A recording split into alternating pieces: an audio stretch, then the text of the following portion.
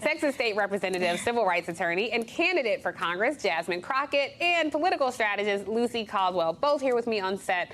I am really happy to have you ladies here. The New York Times piece pointing out that Republicans are intensifying their focus on crime and public safety, but they're vague on specific policy details. They see the issue as one that can motivate their conservative base.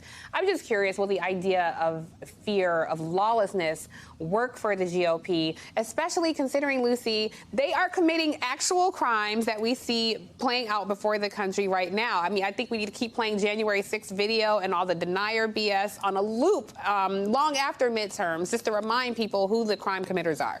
Well, I think that's true, but I think that one of the reasons that the crime issue is the one that they're clinging to is it is one, whether it's real or not, perception is reality for voters, and it's something that people feel in their communities. People in their communities don't feel January 6th. They don't feel the threat to our democracy. And there's another big elephant in the room for Republicans ahead of the midterms, which is the abortion issue, which they are all running away from as fast as they can. Why is that issue so potent? Why is that issue so powerful for non-nut job candidates? It's potent because it resonates with people's lived experiences. So I would say that Republicans' pivot to crime, whether genuine or not, is an attempt to react to that potency so that they can say, hey, we too are trying to talk about an issue that affects your daily lives. Yeah, that's a really good point. This is why I love having you on the show, because you're making good points. That because I think those of us in the Beltway, we consume the minutia of it all the time. You know, we read 5 and 6 papers every morning, but when you're at home, you know, having your coffee with your family, you're not necessarily talking about January 6th.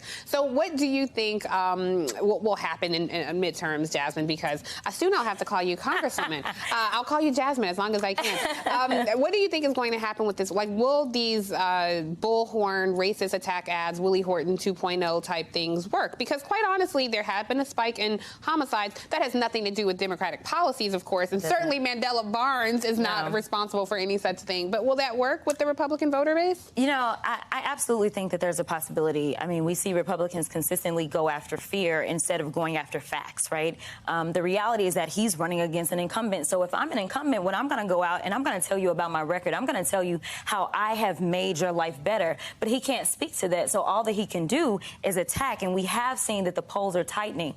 You know, it's the misinformation that really frustrates me as somebody that actually practices criminal defense as well. Ron Johnson knows that we're not the ones that are dealing with the local police. That's not what we do on the federal level.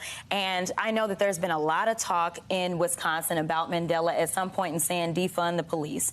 And there's always these attacks, and they're saying, hey, whatever y'all do when y'all run, don't say it. But the reality is that if it hadn't been said, we wouldn't still be talking about it. Right. It was so provocative. But to be clear, black people want law enforcement in their communities. When they call 911, they want them to show up. And a lot of times it's the black communities where they're not showing up. And one of the reasons they may not be showing up is because they don't look at those as priority calls, and they're having to prioritize their calls because law enforcement is playing dog catcher. Law enforcement is playing social worker. And so they're not wanting to talk about what defund was about, which it was always about making sure it was actually supporting law enforcement. Because when they signed up to protect and serve, not to do all these other jobs. And so it was about efficiency.